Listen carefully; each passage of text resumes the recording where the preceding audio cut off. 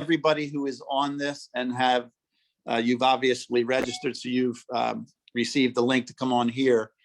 Just so you are aware, if this is your first time, the first 2 webinars that were done, you receive a copy of that and a link to watch it on YouTube. So if you have to cut out of here early, or if somebody's jumping on later, if you want to share it with another parent or another teammate, just have them register through the Centercourt registration process, and there's no fee for it, and they'll get sent the link.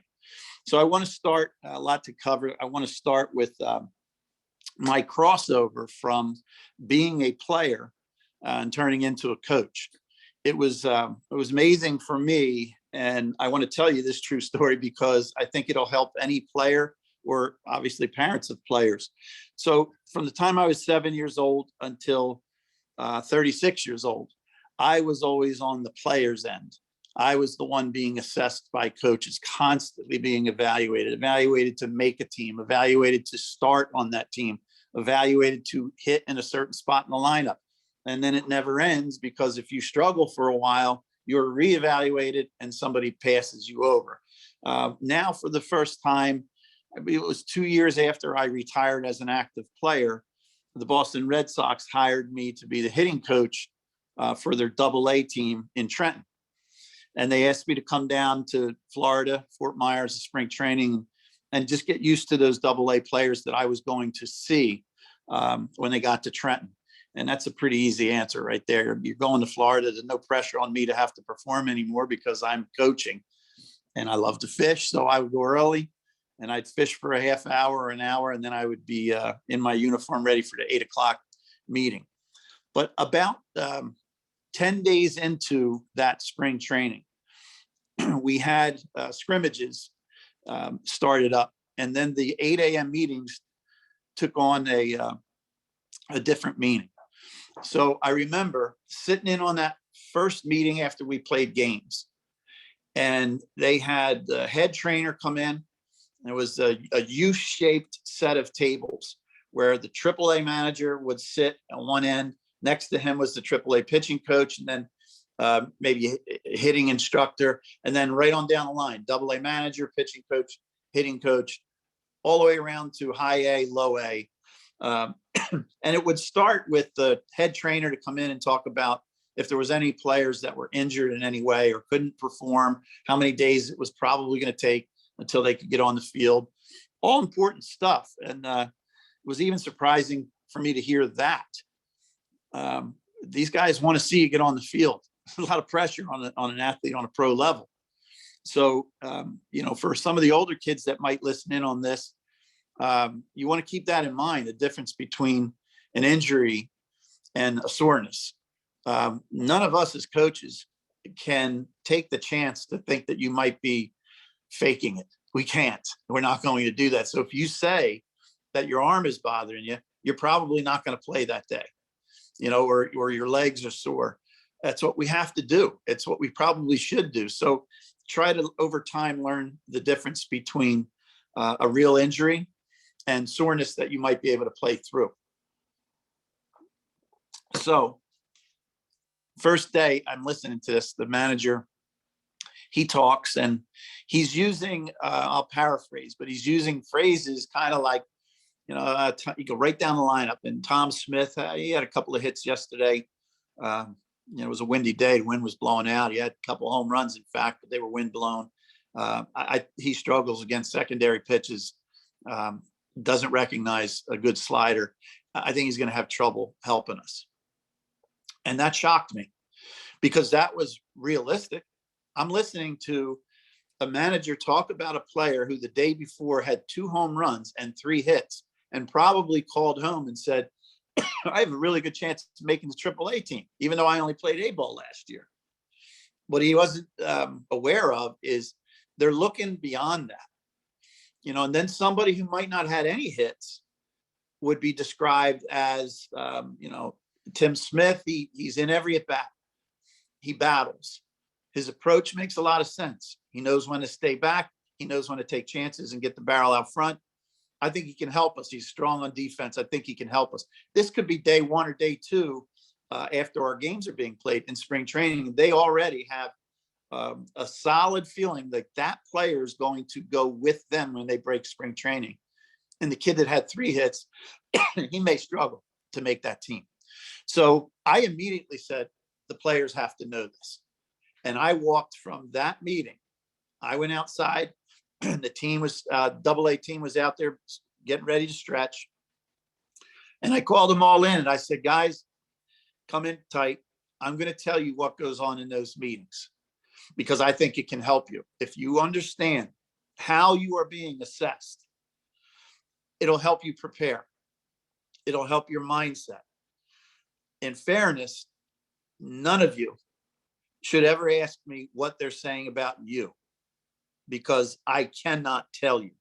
Good, bad, or indifferent, don't ask me to share that information. That would be unprofessional, and I can't do it. But here's the type of things that they talk about in those meetings. And the kids couldn't get close enough to me to hear. They wanted to know, because then they could control. You can control approach at the plate, right? You can control bouncing back from failure or making an error, but getting ready to make the next play. All the things I'm going to touch on today. I thought that was a really good way to open it. There's like 3 points that I want to make before I actually get into those subcategories. Another one is, again, being on both sides of this. After playing, I coached at every level. So I will tell players out there and parents, if you want to pass this along to your kids that are competitive athletes, it's always so much more important what coaches say about you when you are not there, when you're not in the office, or when you're not in that gathering where the coaches are all talking about the players. So much more important what is being said about you there than what they say to you. And that would include me. And I feel like I'm very fair and honest and direct, but you're not going to always tell people 100% of what you feel about them. You're not trying to break a kid. You're not trying to hurt them emotionally.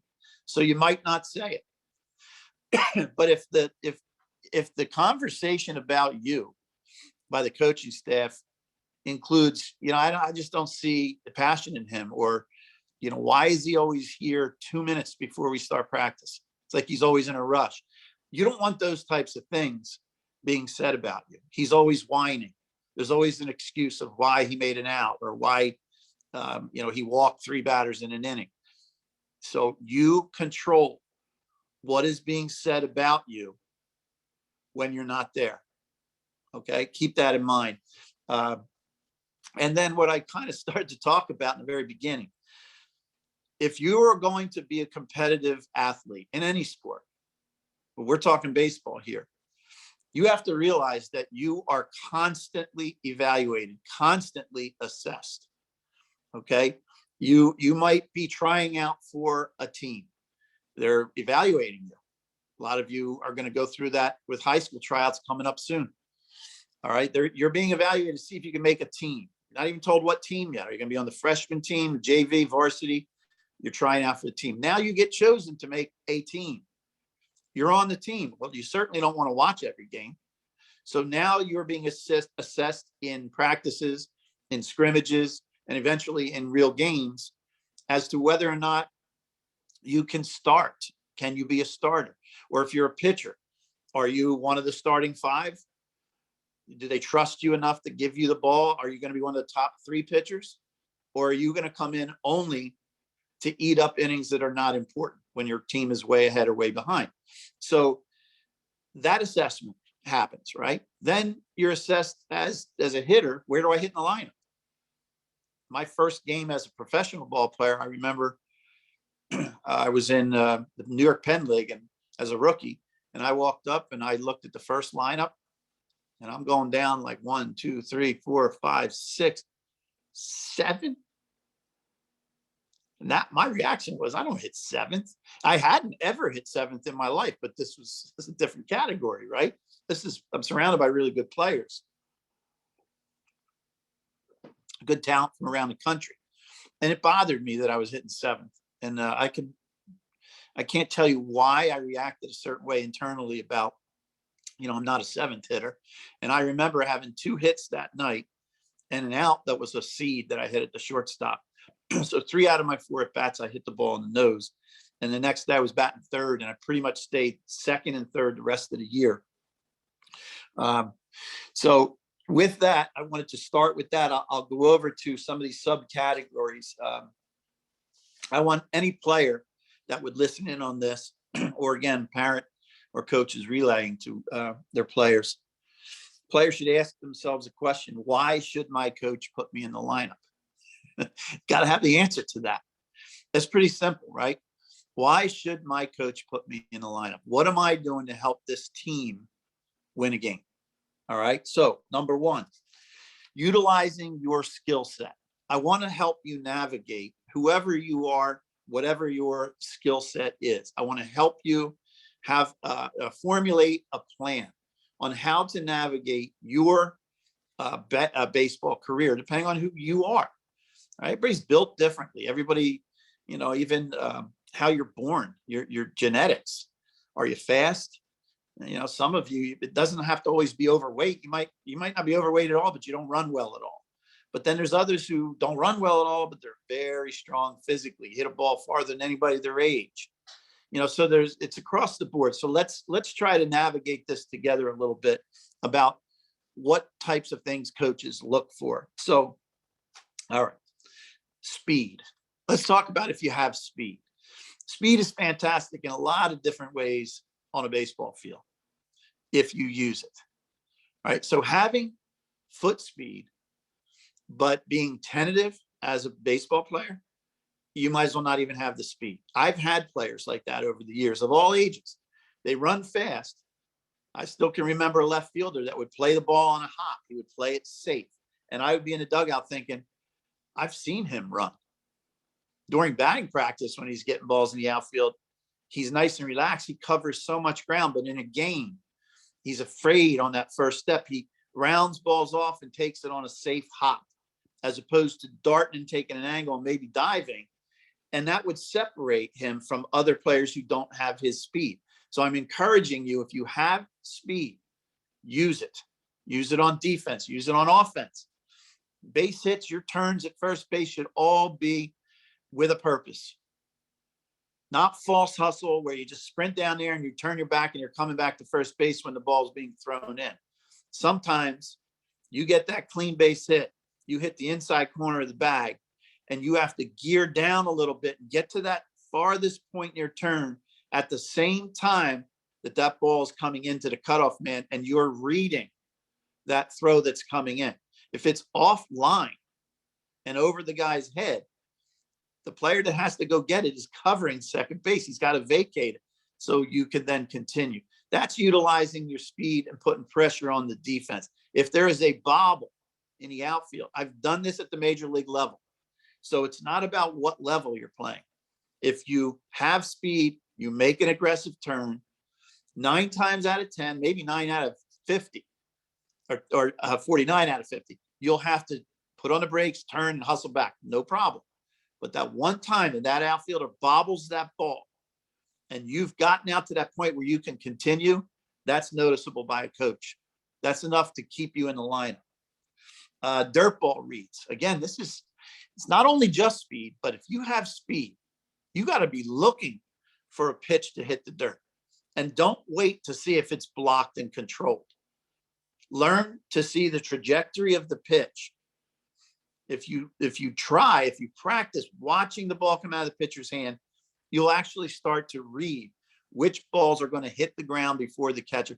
And if you get a good secondary and a good read and you take off, the catcher can block it beautifully and still not have a play on you at second if you're fast.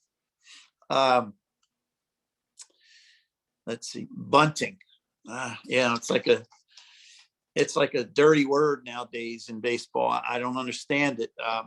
I was a good hitter my whole career, but I still love the fact that I could bunt.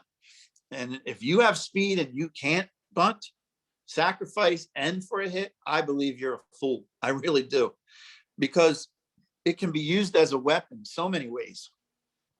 If they're giving it to you, understand that if you have speed and the third baseman's playing you back, the reason an infielder plays deep is for lateral range, right? The deeper he is, the further he is away from you, the more ground he can cover side to side. You're going to allow him to do that? There was times I went up to the plate where I knew I could lunge up on a pitcher, knew it. But I'd look back and see the third baseman playing deep. I didn't want to bunt against this pitcher. So I would take a foot out of the box and stare at the third baseman. Like, are you kidding me? And then the first pitch, I would show bunt, not bunt it. And then the coach would say, hey, take it away. He comes in 10, 12 steps. Now I'm back to hitting. I don't know. I had it in me where I'm not allowing them to have it both ways. Either I'm going to drop a bunt for a base hit on you if you're going to play me deep like that, or I'm going to fake it and draw you in.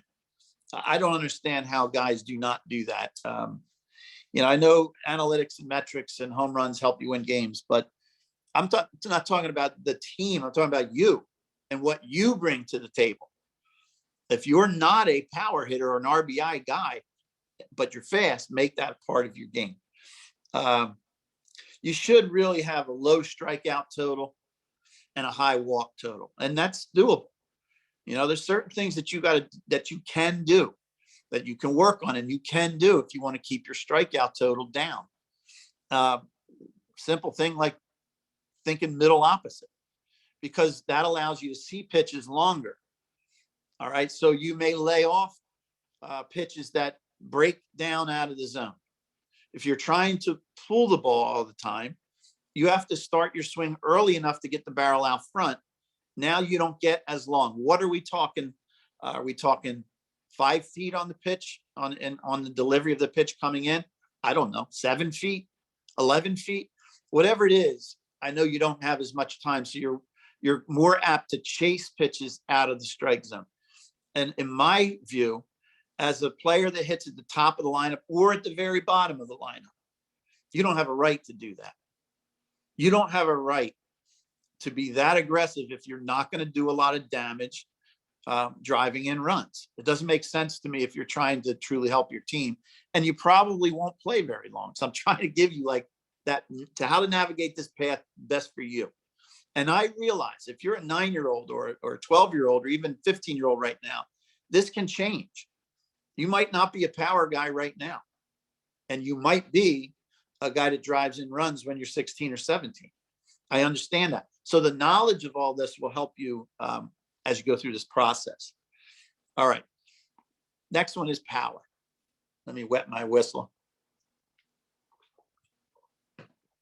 All right. Power.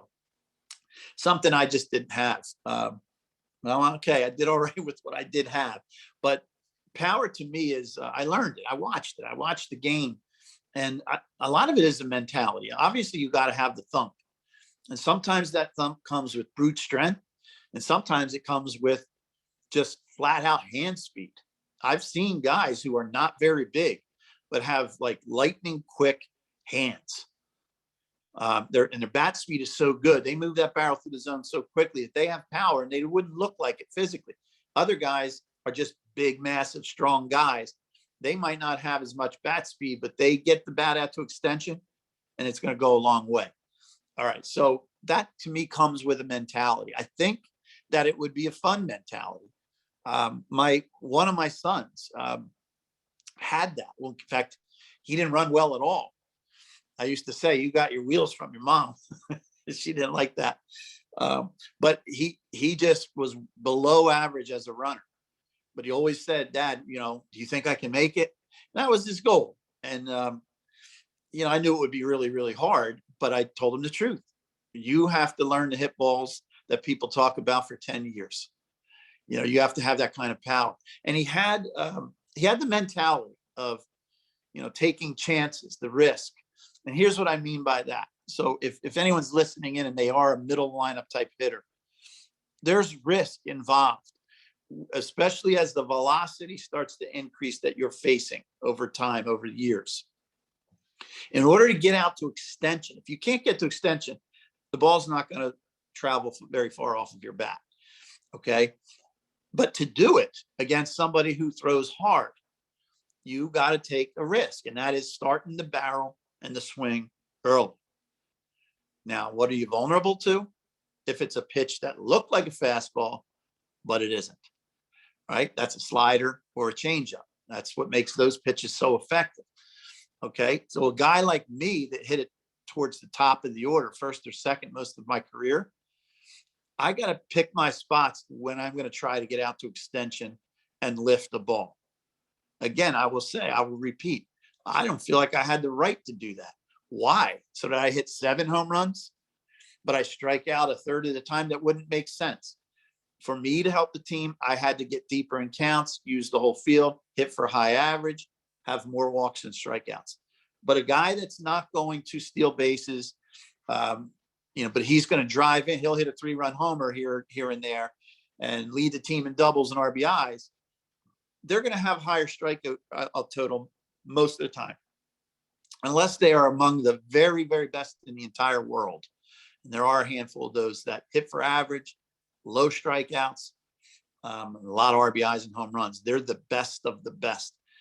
That's a small amount of people. So realistically, the reason you'll strike out more is because you have the willingness to take more chances. I hope that makes a little bit of sense for you. Let's see. Oh, another part about that of being a power hitter. Pitchers know who can do damage and who cannot, and they pitch accordingly. Right? I took advantage of that in my career. There was times when I was looking first pitch fastball the night before in the hotel on a road trip. The night before, I'm leading off the game tomorrow.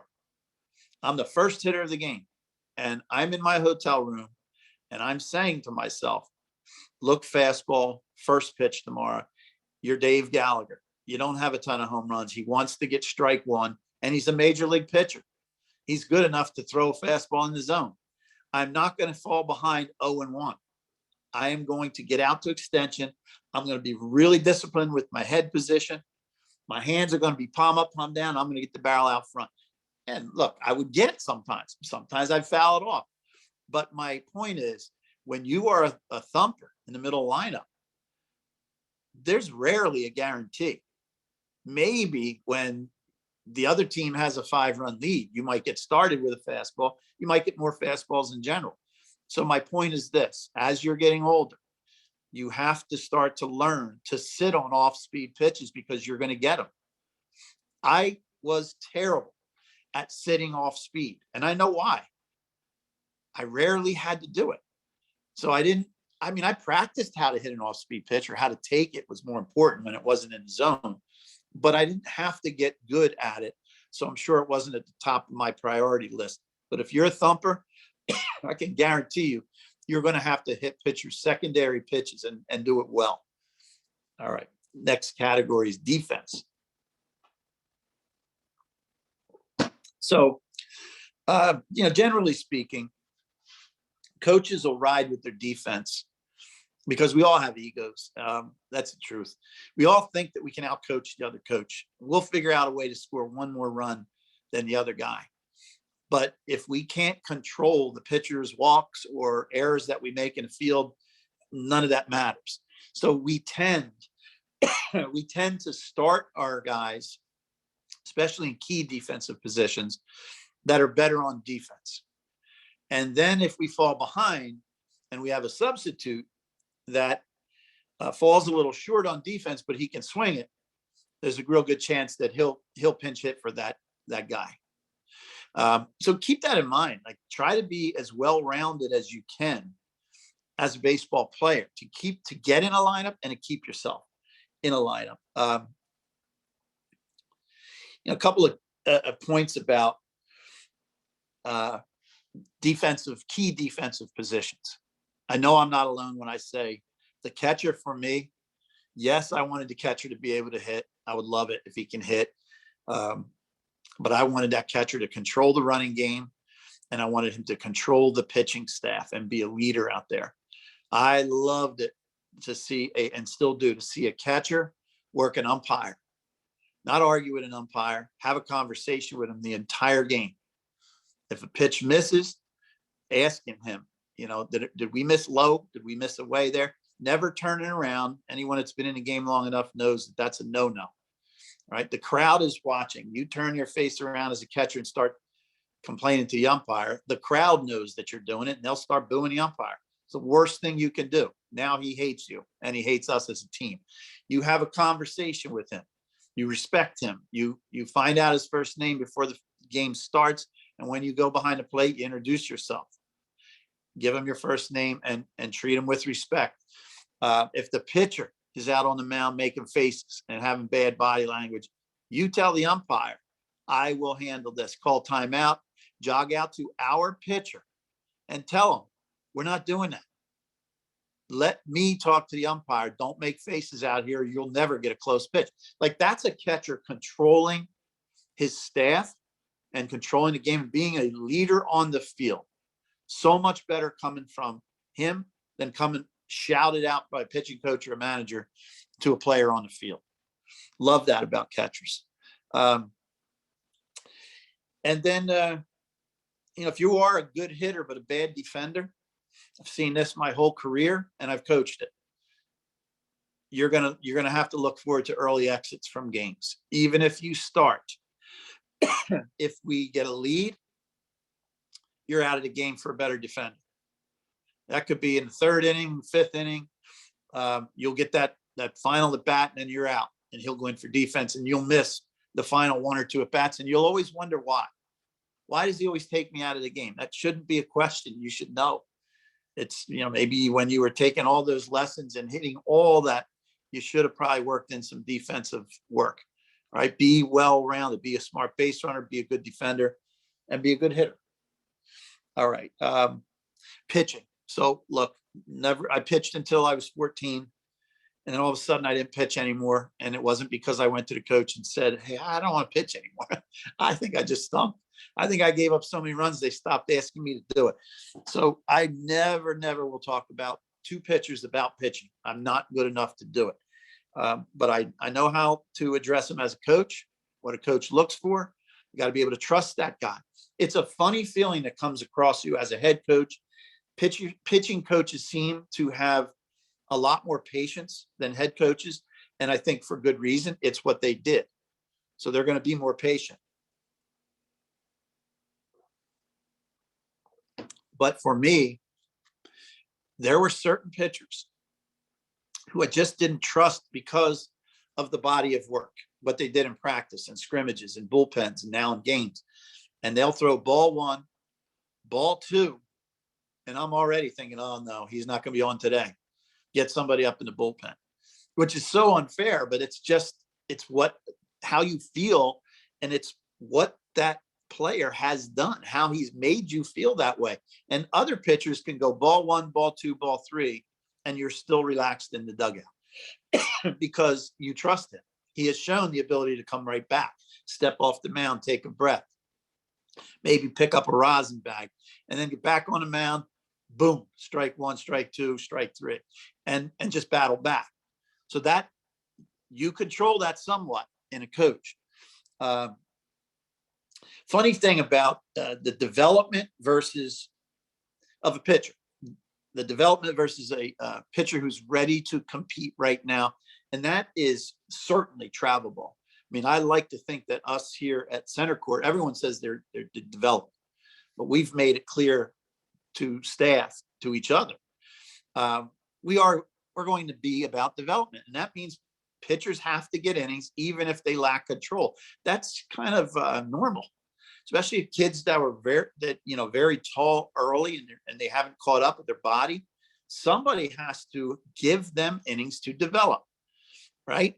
So when you start to think about that, if travel ball is only about winning the trophy and advancing into the playoffs, so that kid constantly walks two guys, they take him out of the game. The next weekend he gets a start, gets through the first inning, great. Second inning, single, walk, they take him out of the game. They don't trust him. All right. So now think of college. This is going to sound like I'm saying it backwards, but I promise you I'm not. Sometimes a pitcher has a better chance of going signing as a pro baseball player, getting drafted or signing as a baseball player, pitcher, than he does of being recruited and being a starter in a strong college program. Sounds like I'm saying that wrong, but I'm definitely not saying it wrong. And I understand it. There's a lot of pressure on those strong college programs, right? They need a guy to come in, and they're going to teach. They're some of the best teachers in the game. They're going to teach. They're going to help that young man develop. But if he can't translate that quickly into a game, he's going to be redshirted, or he's just not going to sniff any important innings during the entire season. In pro ball, that same kid, excuse my cough, I get dry quick when I'm talking like this, but that same kid that has ability, he's got a good plus fastball, but he just doesn't have command. He might get drafted. He may even sign for a good buck and then go to rookie ball, spring training, rookie ball, or extended spring, and he fails miserably. Can't get any command. They bring him back the next year. Before you know it, 4 years later, he's still in low A. But that team, that organization is willing to give him a longer shot, because if he turns the corner and the light comes on, he may someday pitch in the big leagues. Colleges cannot wait for that, and unfortunately, a lot of travel organizations do not wait for development. It's kind of sinful in a way that we've done that to the kids, because it should really, for all of us, collectively be about giving the kids the innings to develop. And then if they don't over time, an honest sit down with the family to say, hey, this is what we're seeing. Do you agree? Let's get on the same page here. All right. Ability to take ownership. Look, it's a game of failure. I'm going to use a couple of players that played for me in Gallagher baseball that I admire so much, and I'll use them as examples. So with a game of failure, like, can you own that failure? That's asking so much of an adult, let alone a young man. So can you fight through it? Or is there always going to be an excuse? So I want to tell you about a kid, went to Christian Brothers Academy, Brandon Martirano. He's now a catcher in professional baseball, played for a long time with me in Gallagher baseball. And I admired the fact, we had so many conversations, and we were talking one day about, he played USA baseball, actually won a gold medal as a 15-year-old for USA baseball. And he told me a story about during the tryouts for that, he just played top of his game. He did so well. He knew he was going to make the team, and he was chosen to make the team.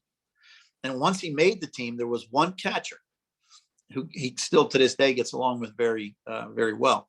But there was a catcher who was ahead of him, and it intimidated him.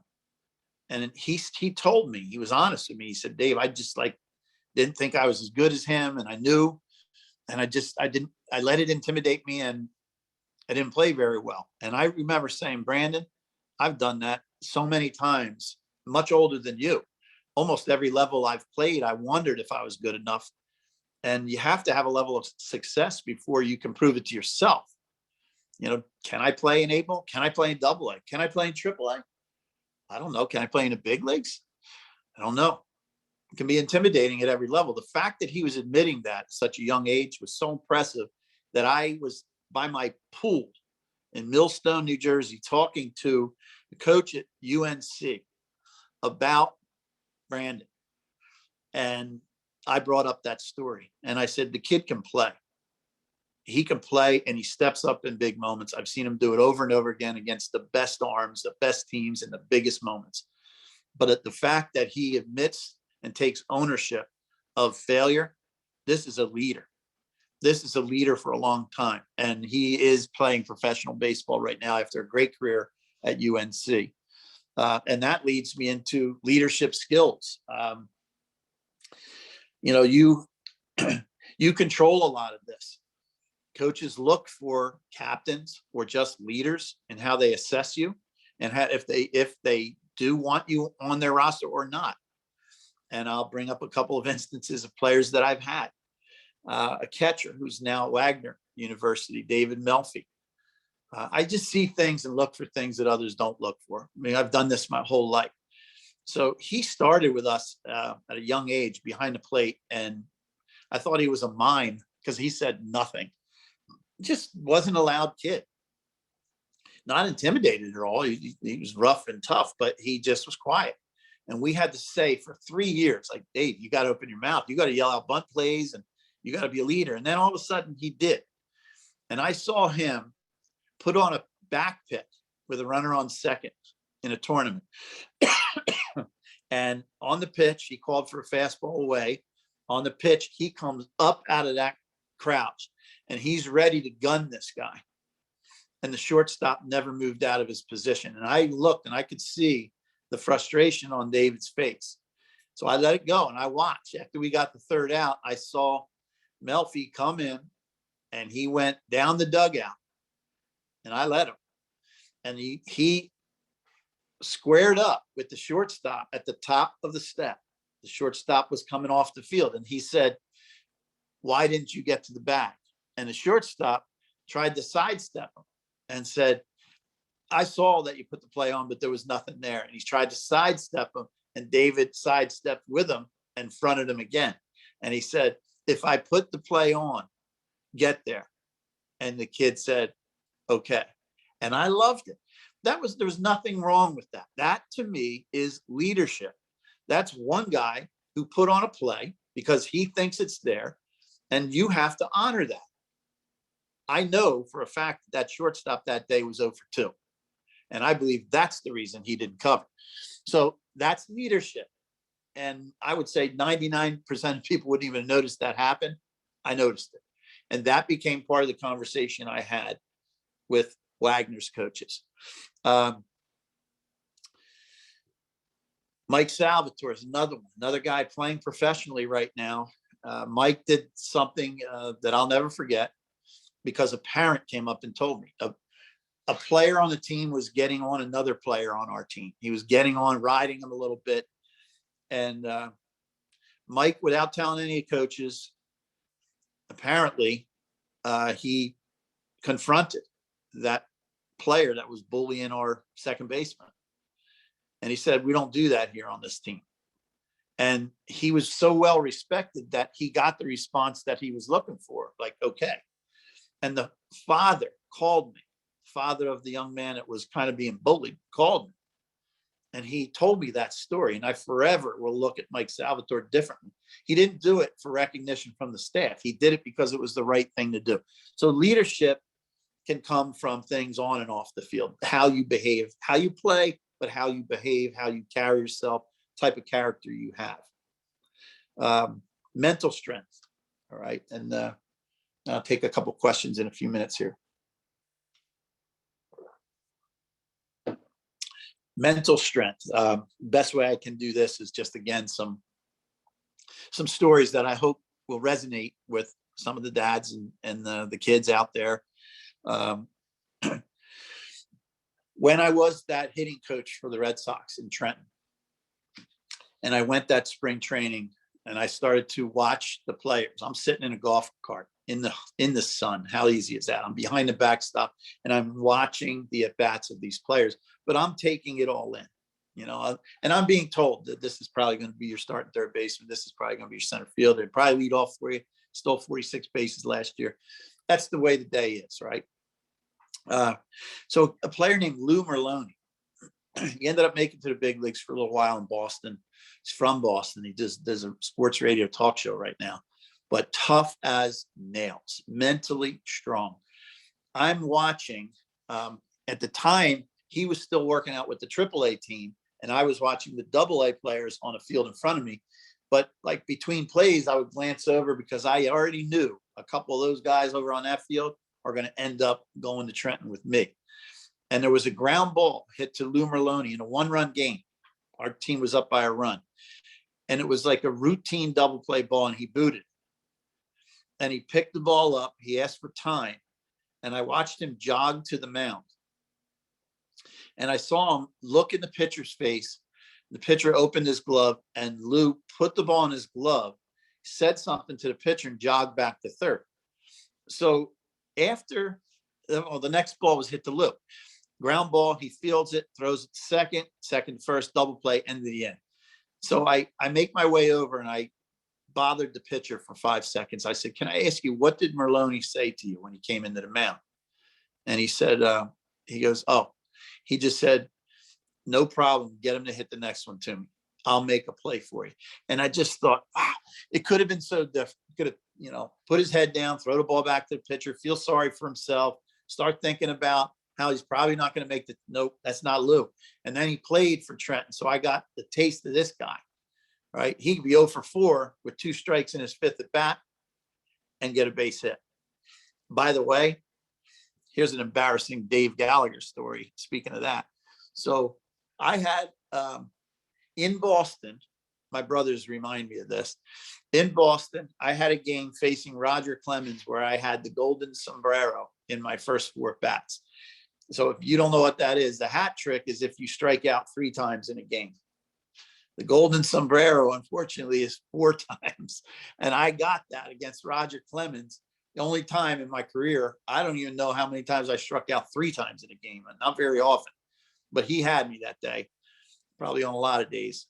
But I came up a 5th time against their closer, Lee Smith, who was pretty darn good himself. And I singled to center field. And I do remember, like, that's hard. You want to quit on yourself. You want to, like, beat yourself up and talk to yourself about how you don't even deserve a uniform. It can feel so bad at times. You got to have the mental toughness to fight through that. It's like, don't feel sorry for yourself, because nobody's going to care that much. Maybe your parents. Everybody else, hey, that's all right. You'll be all right. No, they don't really care. You got to have mental toughness in this game because it's filled with failure. My favorite Greg Maddox story. I'm in San Francisco. I'm playing center field.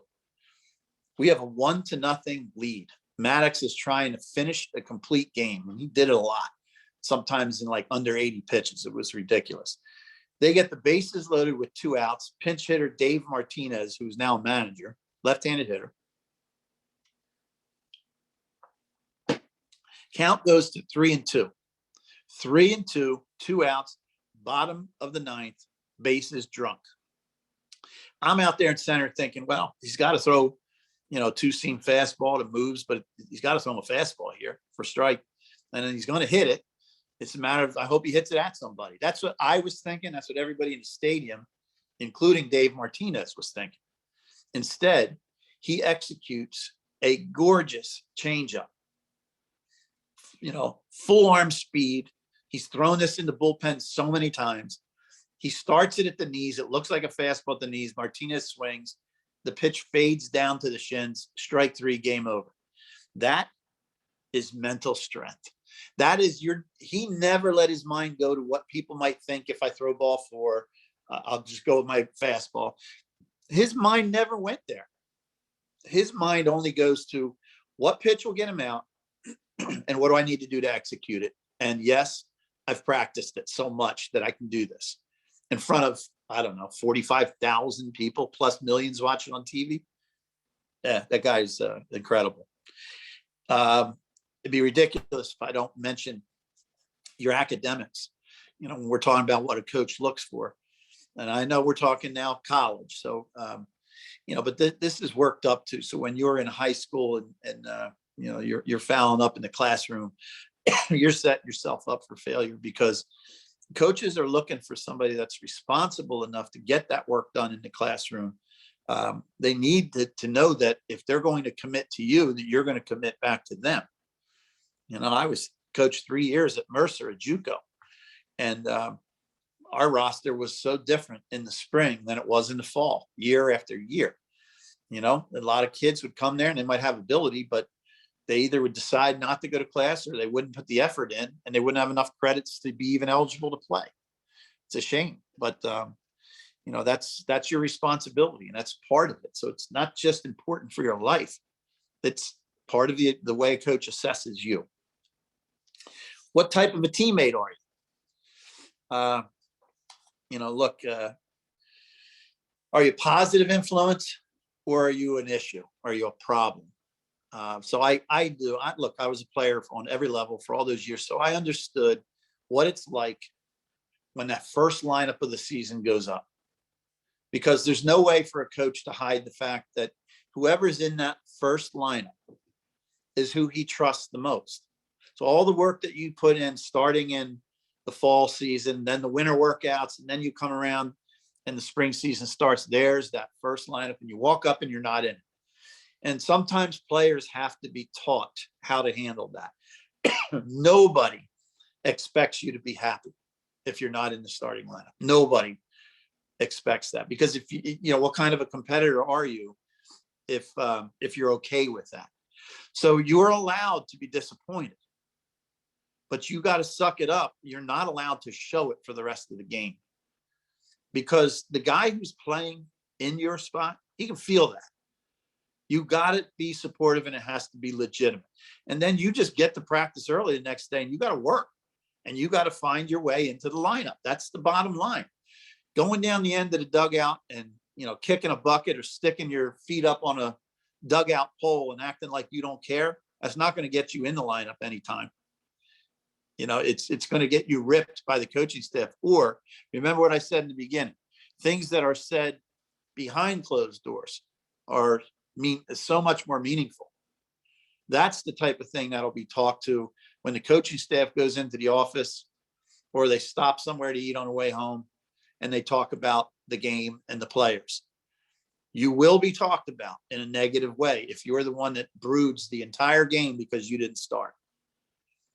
And I would say in a college situation, there's probably a good chance they would be asking you to leave the next year, or just telling you, we're filling your place. You can stay. We'll honor our commitment to you. But, the bottom line is you control how you act. You got to mature. You got to grow up, handle things the right way. All right. Let me just to take a breath here, take a couple questions here that I'd seen put in. If a player has a complaint about playing time, batting order, pitching use, how should he approach the coach? That's a really good question. That is, and it happens often. And I have 5 children that all played sports. So I want to address that, because I've had to have these conversations with my sons. My daughter played soccer. But having done this myself, there's a right way and a wrong way. Obviously, the wrong way to do it is you never approach your coach with a complaint or a disagreement after a loss. Pick your spots. Be smart enough to do it prior to a practice or post practice. Ask coach, can I have 10 minutes of your time before practice? I'll come early. Or if that doesn't work for you, can I speak to you in the office alone, one-on-one, post practice? Now, this is a lot to ask of someone who's young, but what a teaching point for a parent to sit down and your son or daughter is complaining about playing time. Honestly, I'm 61 years old. I've been doing this my entire life and have kids that have gone through it. I think it's absolutely the wrong thing to do by a parent to always take your own son or daughter's side and say, well, that coach doesn't know what he's doing. I don't know why so-and-so is playing in front of you. What a mistake. So now you're creating an escape plan for your own son or daughter. You're weakening their resolve, as opposed to, as hard as it is to say, and I've said this to my sons and daughter, if you want to play, you have to do well enough that the coach feels like he's got to write your name in the lineup. And sometimes I even felt like, man, this just doesn't look fair. Looks like he's outplaying the other, but I wouldn't say it to my son. I felt like that's just the wrong thing to do in my gut. And I always stuck with that. But as a player, it's maturing. And I can't tell you how often I had to do it as an adult in the major leagues. I was on 7 different teams. I didn't always agree with the way things were being done. And I would go in early and ask, we're late, can I speak to you? Close the door behind me. Never bring up another player. Don't put down another player to benefit yourself. And I would basically just say, look, I want to help the team. And obviously I'm not in the starting lineup. What do I need to do? Tell me what I need to do to have a shot and get in there. And now I'm opening the door for him to explain it. I'm communicating, but I'm not being a jerk about it. And to be honest with you, I think that's why I'm involved in a half a dozen, MLB, MLBPA programs right now, is the way I handle things as a player with professionalism. And it wasn't always fun. One more question here, and then I'll finish with a couple of quick topics here, where we've got about 8-10 minutes here. What if we feel our son is being played out of position? Happens a lot, especially with younger kids. But that's why I'm so proud to be part of Centercourt, because I've met just about everybody on staff, and they're qualified. And more than qualified, we seem to be in lockstep about what is important. The kids are the priority. It's time as an adult. We've had our day in the sun. We've made the best of it. It's time now to pass on what has been given to us. And part of that is trying to put that player in the best possible position to succeed. So if you trust in us as a staff, or whatever organization you are in, if you trust the staff members, they have the experience of knowing what it looks like to be a first baseman or a catcher that doesn't throw very well. If you tell them at 13, let's try you in the outfield, you're saving him. There isn't a college program in the world that would take a catcher who can't control the running game. So if we say, let's move you out to the outfield, and we are willing as an organization for you to take a full year and a half before you start catching routine flies, we're doing you a favor to try to do what's best for you. All right, let me see how I can finish up here. So I'll finish with saying this, the role in the batting order, and I won't rush, but I'll get through it. And this can vary, but just to give you a feel when you're trying to figure out where you fit and how you can help your team. Number one hitter is typically speed, on base percentage. So why? You're a table setter. You're trying to get on base for the guys that are in the middle lineup, 3, 4, 5 hitters to drive you in. And you have to take that role on because there's things that go with it. You have to have a willingness to go deep in counts. Why? Nothing worse than the first hitter of the game on our team goes up, jumps on the first fastball, the first pitch of the game, and he pops it up. None of us in the dugout know what the pitcher has, and we're already down 1 out. All right, if he takes that first pitch and it's a strike, and then the pitcher throws a breaking ball that misses, now it's 1-1. Throws another fastball, he misses, 2-1. Fastball, hooks it foul. Curveball bounces in the dirt. We now have seen every pitch the pitcher has. That is a productive at bat. So for me as a coach, I want a leadoff hitter that is willing to go deep in counts. Should have more walks than strikeouts, meaning you're not afraid to hit with 1 strike. You're not afraid to hit with 2 strikes, because in doing that, you may draw more walks, right? Got to be a good base stealer. So it's one thing to be fast, but you got to learn moves and tendencies of pitchers that you can get a good jump and steal a base.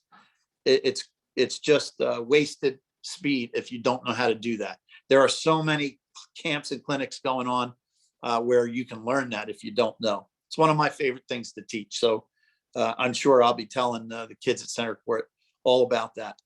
Second hitter, willing to take pitches again for a different reason. You got a guy on base a lot of times in front of you who's the leadoff hitter who steals bases. The worst thing you can do is foul off a pitch when he's stealing, because now it's a dead ball. He's got to come back. So I batted second a lot, and I batted first a lot. When I batted second, I would talk to the leadoff hitter before the game and say, I'm going to glance down at you before you take your lead. And if you're thinking of stealing, I want you to just grab the top of your helmet. And now I'm going to take that pitch for you. I might even show bunt and then pull the barrel back, but I'm going to let you run.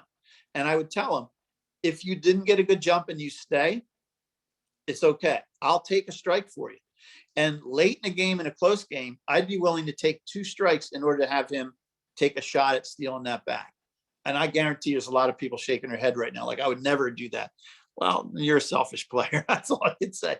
To me, you got to play as a team, and you try to win the game as a team, and it's noticed by the people who matter. the people who choose you to be on that team. Number 3 hitter is typically the best hitter on the team. And he's a lot of times he's that combination. He has some power. He hits for average. And he's a trusted guy. Should know the strike zone and should have the ability to hit the whole field, hit the right, center, left. The reason is because that enables him to hit all pitches, all speeds, all velocity, all location. Now, number 4 hitter's got to be able to protect that number 3 hitter, the best hitter on the team, meaning he's got to be good enough that if the number 3 hitter comes up and there's 2 outs in second and third, the other team doesn't decide, well, let's just walk him, put him on first. That's an open base because the 4th hitter isn't any good. So the 4th hitter's got to be good enough. He's got to have some thump. He's a run producer. He's got to be good enough that they don't bypass the number 3 hitter to face you. But you have to have courage. You have to be willing to take risk. I'll condense this, but it's so important. I started to talk a little bit about this earlier. The number 4 hitter has to be willing to take chances on fastballs, especially when you get up to high school, college, and beyond. When the fastball starts to hit upper 80s and low 90s, you got to start that swing early to get to it at extension. So he has to be willing to get in a fastball count and start early. And he might look like an absolute fool in front of a lot of people if it turns out to be a changeup or a slider. He has to understand that. That's the role he's playing. Step out of the box, deep breath, get back in and fight a little bit. But you got to be willing. If you go into a shell and you start saying, well, let me make sure it's a really good pitch first, you'll never get to extension. You won't drive in runs and you won't help the team. Drawing a ton of walks as a number 4 hitter, most coaches don't really want that. They don't mind it. They don't want you chasing pitches out of the zone, but you are the run producer. We need to put that on you. Accept it because it's a fun person to be. Number 5, usually the second or third best RBI guy in the lineup, if you have a good lineup, because 3 and 4 would be your first 2. He can hit cleanup if the cleanup hitter is struggling. Trying to give you a view of what that talent level might be and the skill set. He has some pop. He's just a little less talented than that number 4 hitter in the eyes of the coach today. But he's close to becoming that number 4 hitter. That's a good view of what that looks like. Number 6, I'll call the number 6 hitter is kind of like, he could be a hybrid type of a guy. He might resemble first or second, but he's not quite as good to be in those positions yet. But he also might resemble the 4th and 5th, the middle lineup guys that are run producers, but he's not good enough to bypass them. So 6 is usually a quality guy. The better the lineup, the better that hitter is. All the guys in front of him are good. You have a good team. 7, you got to start worrying. You're not worried that much because at least you're in the starting lineup. But 7th, you're starting to work your way towards being out of the lineup, not on the field. All right. So if you're hitting 7th, you better be going to the ballpark early and getting your work in and figuring out what's going wrong. I've been there. 8th is even worse. Okay. Now, I don't want everybody to start thinking, well, I bat 8th on my team. I'm going to go tell the coach that I don't want to bat 8th. Well, of course you don't want to bat 8th, but good news is you're in the starting lineup. Bad news is you're probably the first one not to be in the starting lineup if somebody's doing better at practice as far as hitting and be able to play your position. Work your way out of that 8th spot. I give you that as heads up advice. The reason it's not the 9th hitter is because the 9th hitter a lot of times resembles the leadoff hitter. He can't be a base clogger. He can't be slow and be a number 9 hitter in a real baseball lineup. You might ask why. Well, once the game gets rolling, if the number 9 hitter leads off an inning, let's say, and he walks, he's now on first base. The leadoff hitter with all this speed gets up. He hits a ball in a gap, and it turns out to be a long single because the number 9 hitter who can't run a lick rounds second base, and that's as far as you can get. And now the runner on first can't even steal second because he's got a base clogger in front of him. So there's my point is you'd like to have a guy that's got decent speed, hit number 9, and almost interchangeable with the leadoff guy if the leadoff guy struggles. All right, so I'll end with that. I hope everybody enjoyed it. I could go another 30 minutes or another hour, to be honest with you. I do want to say in closing, to check, you'll be sent the link for this, that it'll be a YouTube link. You'll be able to watch it at your leisure, or again, I'd say pass it on and please spread the word. That's all I got. I will say this, anyone who knows me knows that I'm a Kansas City Chiefs fan. So I've been in mourning since 2 weeks ago when they got knocked out of it. It was really hard for me to watch the Super Bowl, but I wish you all well. Hope you had a good Valentine's Day, and we'll send out the link for next month where we're going to talk about the parents' role in youth development. What role will you be playing as a parent? How can you best help your son or daughter? All right. Have a good night. Thanks, Tara. Thank you, Dave. Have a good one. Thanks, everyone. Bye-bye.